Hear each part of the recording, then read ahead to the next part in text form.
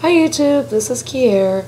It occurred to me that in the first video that I made, it was cut off abruptly and I never actually got to the part where I talked about my books. So, I decided to go ahead and do that. The first book that well, it wasn't the first I self-published, but it's probably the more popular of the two, is a vampire retelling of Beauty and the Beast. Beauty and the Beast is my favorite fairy tale. That wasn't the first book I wrote that is in that series.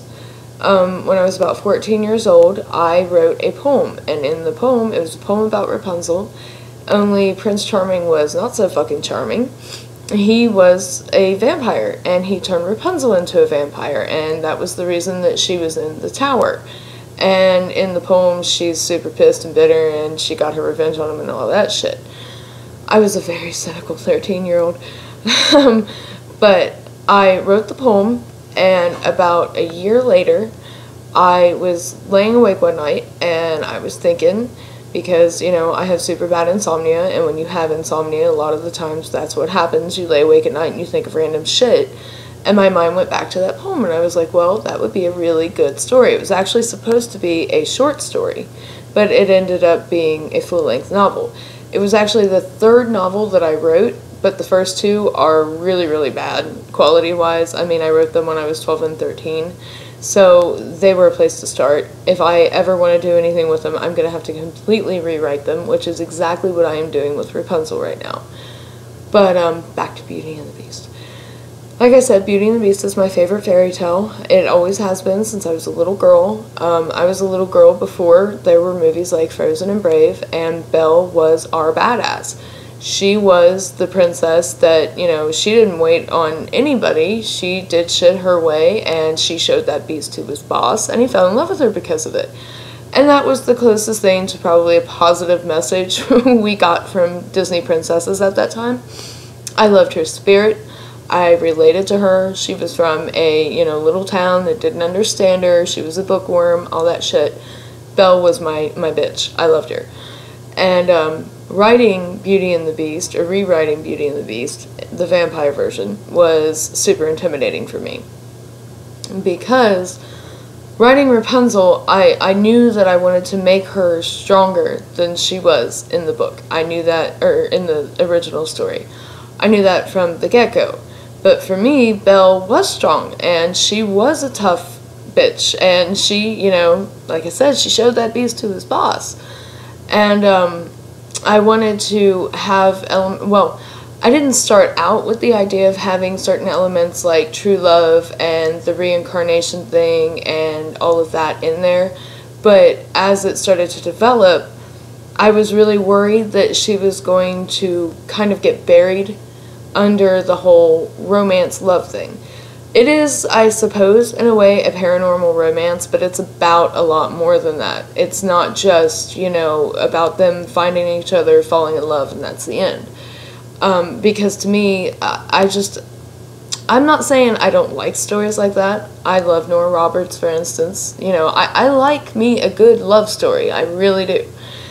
But to me, there's more to love than that. You don't just, you know, meet and then go through whatever to get together and then that's the end. You have to then learn how to make something more out of it, build a life out of it, that sort of thing.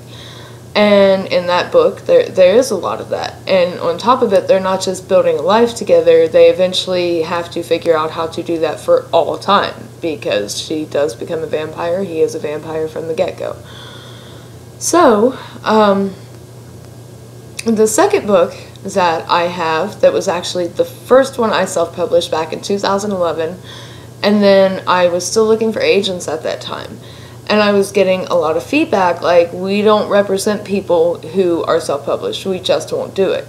So I was like, well, fuck it, I'll pull it off Amazon, I won't try to do the self-published thing anymore, because it's really fucking hard to promote yourself when you don't have money for shit like ad space and all that kind of stuff.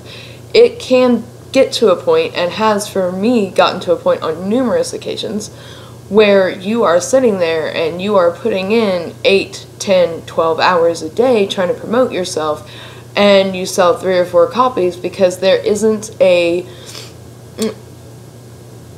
music artists that are starting out, they can get on YouTube and they can build a following that way with their, their music. Elle King is a really good example of that. Jasmine Thompson is a really good example of that. Jasmine Thompson and Elle King both have record deals now, I think. I know they both have albums on Spotify, so I assume they've got record deals.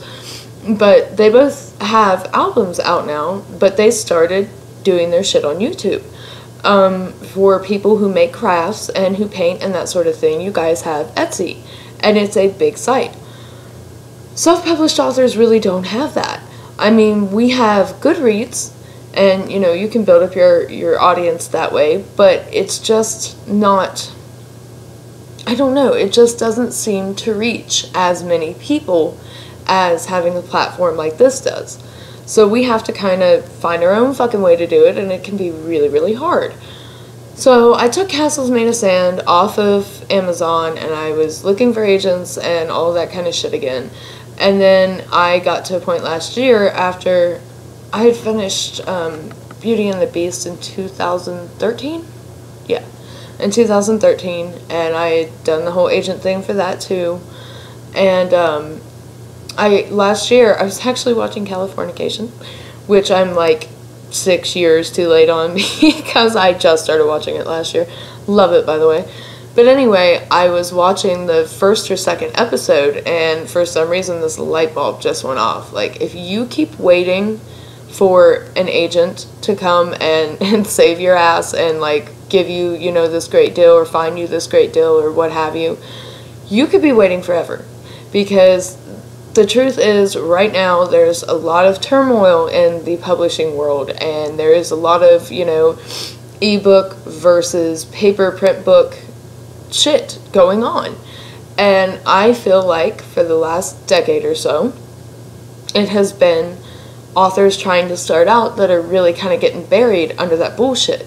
Because to me, the publishing industry right now is all about what will get people to buy merchandise, what will get the next big movie franchise deal, what, they're trying to appeal a lot to the mainstream. And I don't know that I am mainstream. I don't know that I'll ever be that. I guess it would, it's up to you guys to decide that. I don't know. But, so I put the books back on Amazon, and I've been, I've done alright.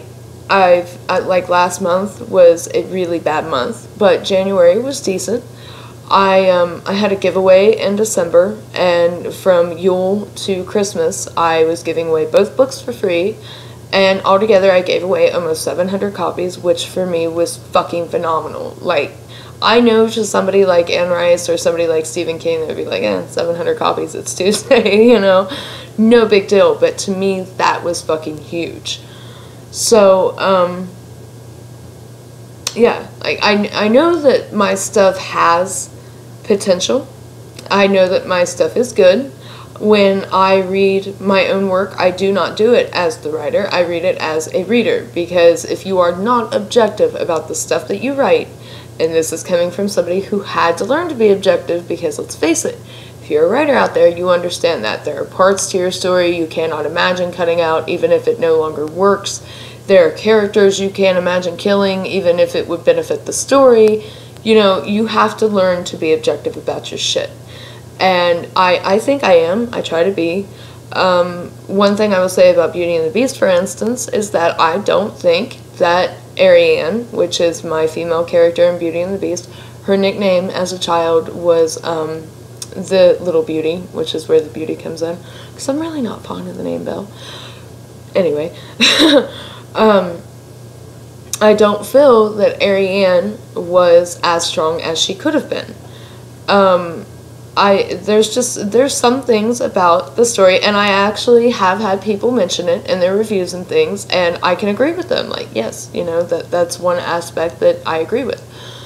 But, yeah. Beauty and the Beast, it starts out in the 18th century in France, Beauty and the Beast has to be in France.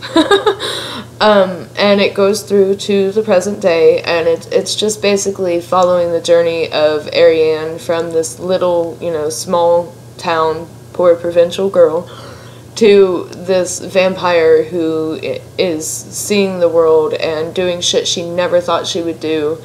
And it has, you know, the pitfalls to her life and her relationship and all that, as well as the great aspects of it. Castles Made of Sand, which I named after a Jimi Hendrix song. Actually, it went without a title for, I want to say, about a year. I could not fucking think of anything to call it.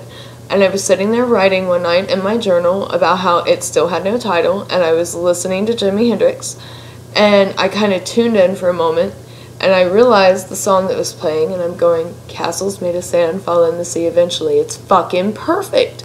And it really is. It fits the book to a T. And if you ever read it, you will see what I mean.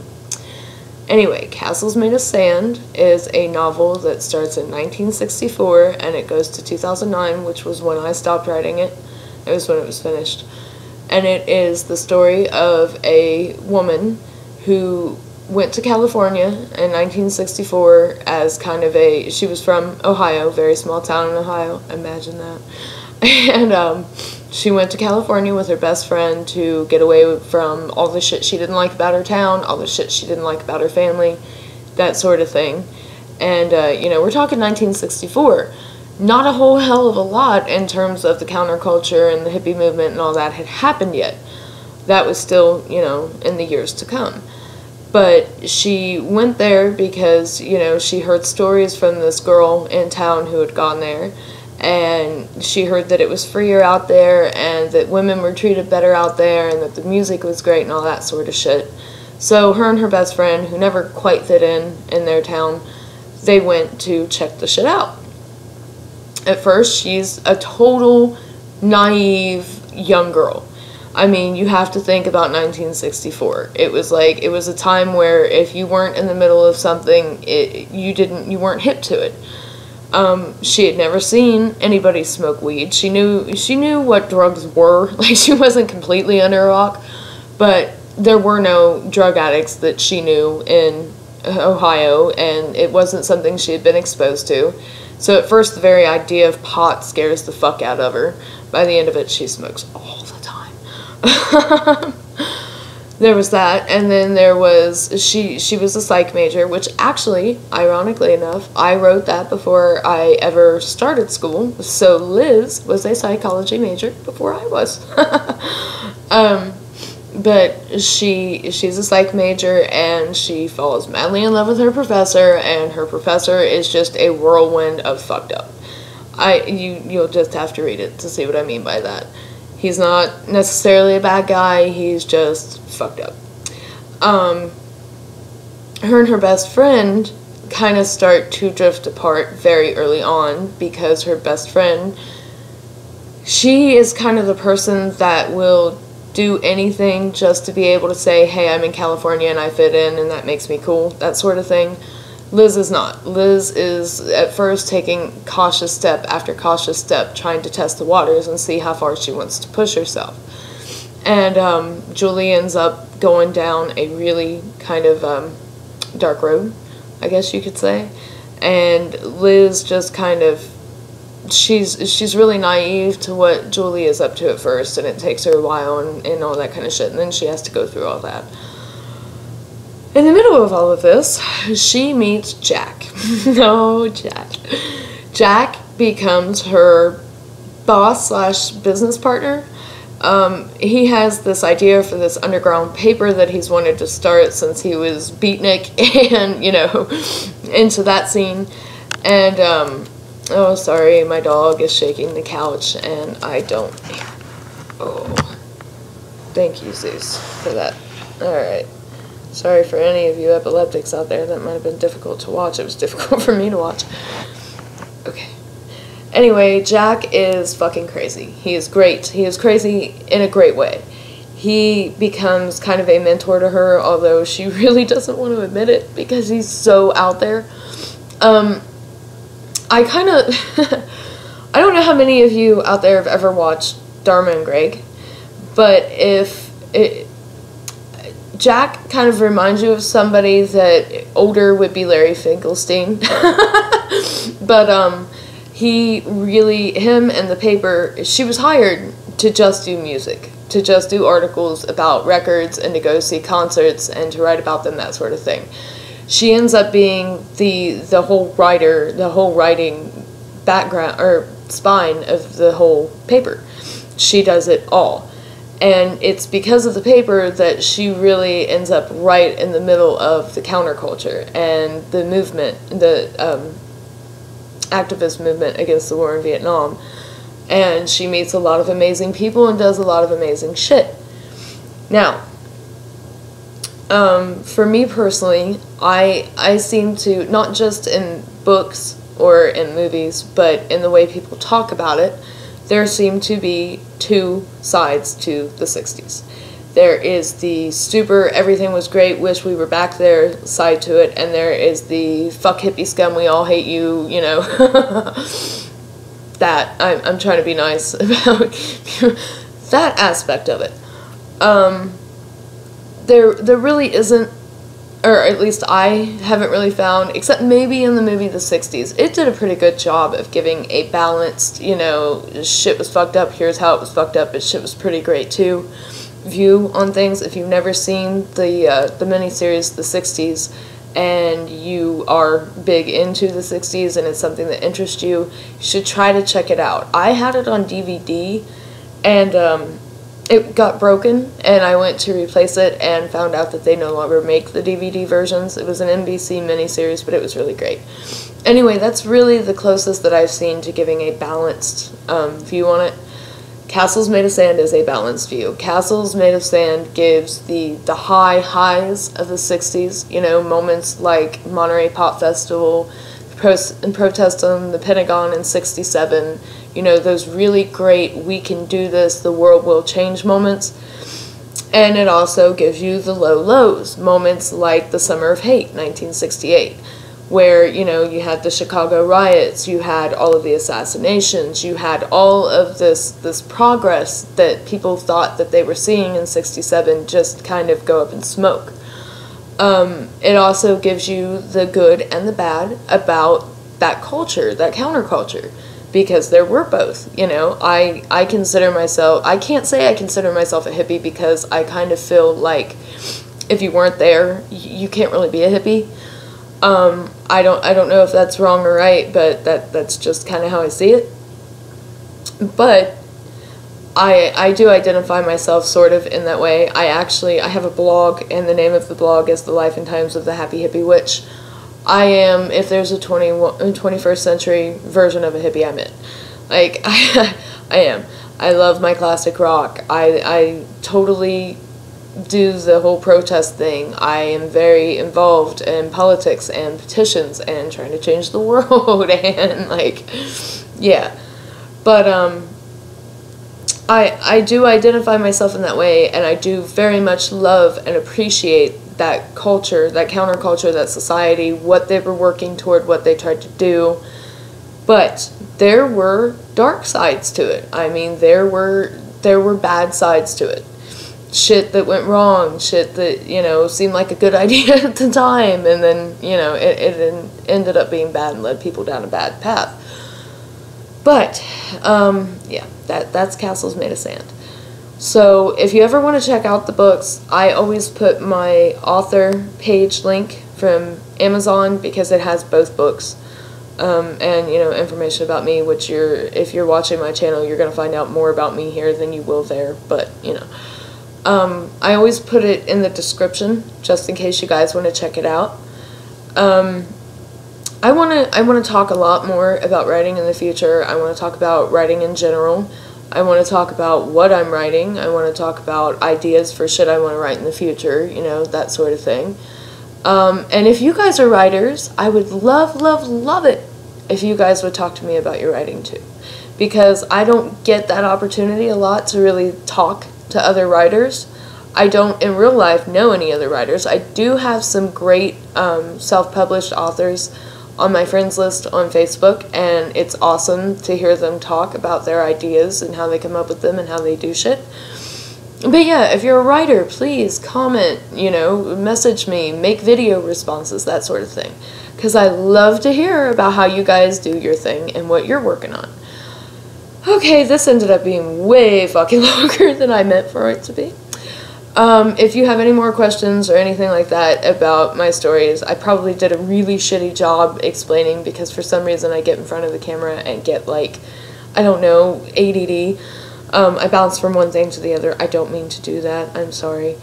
I am still working on a way to do something about this camera quality because I know it fucking sucks. It's a laptop camera. It sucks. And I'm working on learning how to edit and that kind of shit. This is literally like my first experience making videos ever, is these videos I've made so far. Bear with me. It will get better. I swear it will. Alright guys, I will talk to you guys later. I hope you all have a beautiful week and you all remember to smile.